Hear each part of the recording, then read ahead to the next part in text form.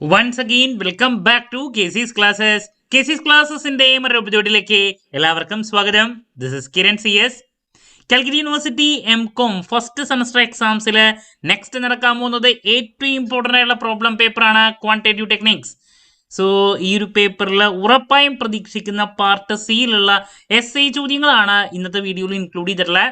വീഡിയോയിലോട്ട് പോണേക്കാൾ മുമ്പ് പറയാനുള്ളത് നമ്മുടെ സ്ഥാപനം കാലിക്കറ്റ് യൂണിവേഴ്സിറ്റി M.Com എല്ലാ സെമസ്റ്ററിലെയും ക്ലാസ്സസ് പ്രൊവൈഡ് ചെയ്യുന്നുണ്ട്. നമ്മുടെ ആപ്പിലൂടെയാണ് ക്ലാസ്സസ് അവൈലബിൾ ആവുക. റെക്കോർഡ് ക്ലാസ്സസ് ഉള്ളത് കൊണ്ട് തന്നെ എപ്പോൾ വേണമെങ്കിലും പഠിച്ച് ഡൗട്ട് ഉള്ളത് ചോദിക്കാനുള്ള അവസരം ഉണ്ടെന്നുള്ളതാണ്. ഇതുവരെയുള്ള നമ്മുടെ റിസൾട്ട്സ് ഒക്കെ സൂപ്പർ റിസൾട്ട്സ് ആണ് കേട്ടോ. സോ നമ്മുടെ ക്ലാസ്സിൽ ജോയിൻ ചെയ്ത് പഠിച്ച് നല്ല മാർക്ക് മേടിക്കാൻ താല്പര്യമുള്ള സ്റ്റുഡൻസിന് ഡിസ്ക്രിപ്ഷൻ ബോക്സിലുള്ള എൻ്റെ വാട്സപ്പ് നമ്പറിൽ കോൺടാക്ട് ചെയ്യാം, ക്ലാസ്സസ് ആക്സസ് ചെയ്യാം. ഓക്കെ, സോ നമുക്ക് എന്തെങ്കിലും വീഡിയോയിലോട്ട് കിടക്കാം. സോ പാർട്ട് സിയിൽ നമുക്ക് 4 ചോദ്യങ്ങൾ വരുമ്പോൾ അതിൽ 3 പ്രോബ്ലംസും ഒരു തിയറി ചോദ്യമാണ് കണ്ടുവരുന്നത്. സോ പരമാവധി 2 പ്രോബ്ലംസ് തന്നെ അറ്റൻഡ് ചെയ്യാൻ ശ്രമിക്കുക.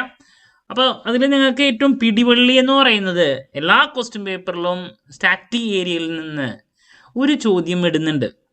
അത് കോറിലേഷൻ ആവട്ടെ അതല്ലെങ്കിൽ റിഗ്രഷൻ ആവട്ടെ. അപ്പോൾ നിങ്ങൾക്ക് ഏറ്റവും കംഫർട്ടബിൾ ആയിട്ട് സ്കോർ ചെയ്യാൻ സാധിക്കുന്ന ഒരു പ്രോബ്ലം എന്ന് പറയുന്നത് ആദ്യത്തെ സജഷൻ ഇതാണ്, കോറിലേഷൻ. ഫസ്റ്റ് വൺ സജഷൻ അതാണ് പറയാനുള്ള, കോറിലേഷൻ ഓർ റിഗ്രഷൻ. കോറിലേഷൻ അതല്ലെങ്കിൽ റിഗ്രഷൻ. നമ്മൾ പ്രാവശ്യം കൂടുതൽ കോറിലേഷൻ പ്രതീക്ഷിക്കുന്നുണ്ട്. സോ ഇതിൽ ഏതെങ്കിലും ഒരെണ്ണത്തിൻ്റെ പ്രോബ്ലം ഇതാണ് ആദ്യത്തെ സജഷൻ. എല്ലാ പേപ്പറിലും 4 എണ്ണത്തിലൊരു ചോദ്യം ഇതാണ് കണ്ടുവരാറ്. നിർബന്ധമായും പഠിക്കുക. നെക്സ്റ്റ് സാധാരണ 3 വെയിറ്റേജിൻ്റെ തന്നെ വരുന്നൊരു ചോദ്യമാണ്, പക്ഷേ ഇപ്പോൾ SIക്കും ഇടുന്നുണ്ട്. കൈ സ്ക്വയറിൻ്റെ ഒരു പ്രോബ്ലം റിപ്പീറ്റായിട്ട് വരുന്നുണ്ട്. നിർബന്ധമായും പഠിക്കുക. അത് എന്തായാലും പാർട്ട് ബിയിലോ അല്ലെങ്കിൽ പാർട്ട് സിയിലോ നമുക്ക് പ്രതീക്ഷിക്കാം. കൈ സ്ക്വയറിൻ്റെ പ്രോബ്ലം കണ്ടിൻജൻസി റിലേറ്റ് ചെയ്തിട്ടുള്ള ചോദ്യങ്ങളാണ് കൂടുതൽ കണ്ടുവരുന്നത്. അപ്പോൾ അതിലോട്ട് കൂടുതൽ ഫോക്കസ് ചെയ്ത് പഠിക്കാം. അതാണ് രണ്ടാമത് പറയാനുള്ളത്. ഇനി മൂന്നാമത് തിയറി ചോദ്യമായിട്ട് ഒരെണ്ണം വരുന്നത് 2 ടോപ്പിക്കുകൾ മാറിയിട്ടാണ്.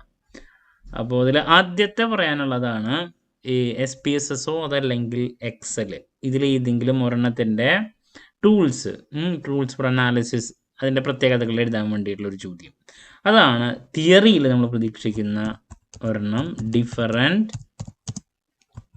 ടൂൾസ്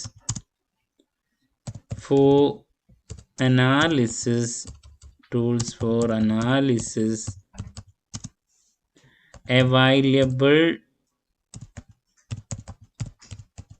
ഇൻ SPSS അതുപോലെ തന്നെ എക്സൽ. ഇതിലേതെങ്കിലും ഒരെണ്ണം മാറി വരാറുണ്ട് കേട്ടോ. ഇനി മറ്റൊരു ചോദ്യം തിയറിയിൽ വരാറുള്ളത് ഡിസ്ട്രിബ്യൂഷനിൽ ഏതെങ്കിലും ഒരെണ്ണം. അത് നോർമലിന് കൂടുതൽ ഇമ്പോർട്ടൻസ് കൊടുത്ത് പഠിക്കുക. നോർമൽ ഡിസ്ട്രിബ്യൂഷൻ എന്താണ്, അതിൻ്റെ പ്രോപ്പർട്ടീസ്, ഇതാണ് തിയറിയിൽ. 3 ഡിസ്ട്രിബ്യൂഷനിൽ ഏതെങ്കിലും ഒരെണ്ണമാണ് പ്രതീക്ഷിക്കുന്നത്. അതിൽ നോർമൽ ഡിസ്ട്രിബ്യൂഷൻ എന്തായാലും കൂടുതൽ ഇമ്പോർട്ടൻസ് കൊടുത്ത് പഠിക്കണം. അതിനായിട്ട് മുമ്പ് വന്നിട്ടുള്ളതാണ്. അതിൻ്റെ പ്രോബ്ലം ഒരു പ്രാവശ്യം വന്നിട്ടുണ്ട് SIക്ക്. അപ്പോൾ 3 ഡിസ്ട്രിബ്യൂഷനിൽ ഏതെങ്കിലും ഒരു ഡിസ്ട്രിബ്യൂഷൻ്റെ തിയറി, അത് നോർമൽ, പോയിസോൺ, ബൈനോമിയൽ, അതിൽ നോർമൽ ഡിസ്ട്രിബ്യൂഷൻ നമ്മൾ കൂടുതൽ പ്രതീക്ഷിക്കുന്നു എന്നുള്ളതാണ്. അതിൻ്റെ പ്രോബ്ലം വന്നിട്ടുണ്ട് ഇതിനായിട്ട് മുമ്പ്. Then next അനോവയാണ്. പ്രോബ്ലമായിട്ട് നമ്മൾ പ്രതീക്ഷിക്കുന്ന ഒരു ചോദ്യമാണ്. ഇതിനായിട്ട് മുമ്പ് വന്നിട്ടുള്ളതാണ് അനോവയുടെ പ്രോബ്ലം. നിർബന്ധമായും ഫോക്കസ് കൊടുക്കുക. ഇനി എല്ലാ പേപ്പറിലും 4 ചോദ്യത്തിൽ ഒരു ചോദ്യം കുറച്ച് ഡിഫിക്കൽട്ട് ആയിട്ടുള്ളത് വരാറുണ്ട്. അത് മാറി വരുന്നൊരു ചോദ്യമാണ്. അപ്പോൾ അത് ഏതായിരിക്കും നമുക്ക് പറയാൻ സാധിക്കില്ല. ചിലപ്പോൾ അത് സെറ്റ് ടെസ്റ്റ് വരാറുണ്ട്, അതല്ലെങ്കിൽ F ടെസ്റ്റ് വരാറുണ്ട്. അത് കുറച്ച് ഡിഫിക്കൽട്ട് ആയിട്ടുള്ളൊരു ചോദ്യമായിട്ടാണ് കണ്ടുവരാറ്. ഇതുവരെ പറഞ്ഞത് നമുക്ക് മിക്കതൊന്ന് ട്രൈ ചെയ്താൽ കിട്ടുന്നതാണ്. പലപ്പോഴും കുറച്ച് ഡിഫിക്കൽട്ട് ചോദ്യമായിട്ട് ഇടുന്നതാണ് നെക്സ്റ്റ് സജസ്റ്റ് ചെയ്യാനുള്ളത്. അതിൽ ആദ്യത്തെ എന്ന് പറയുന്നത് ഇപ്പോൾ 2 സാമ്പിൾ Z ടെസ്റ്റ് അല്ലെങ്കിൽ TE. കൂടുതൽ സെറ്റ് ടെസ്റ്റ് വരാറുണ്ട്. സാമ്പിളിൻ്റെ ലാർജ് ആണോ സ്മോൾ ആണോ അത് നോക്കിയിട്ട് അപ്പോൾ സെഡോ TO അത് ഒരെണ്ണം കാണാറുണ്ട് പ്രോബ്ലം. അതുപോലെ തന്നെ F ടെസ്റ്റും വരാറുള്ളതാണ്. F test for equality of ഇതിനായിട്ട് മുമ്പ് വന്നിട്ടുണ്ട് 2 പോപ്പുലേഷൻ വാരിയൻസസ്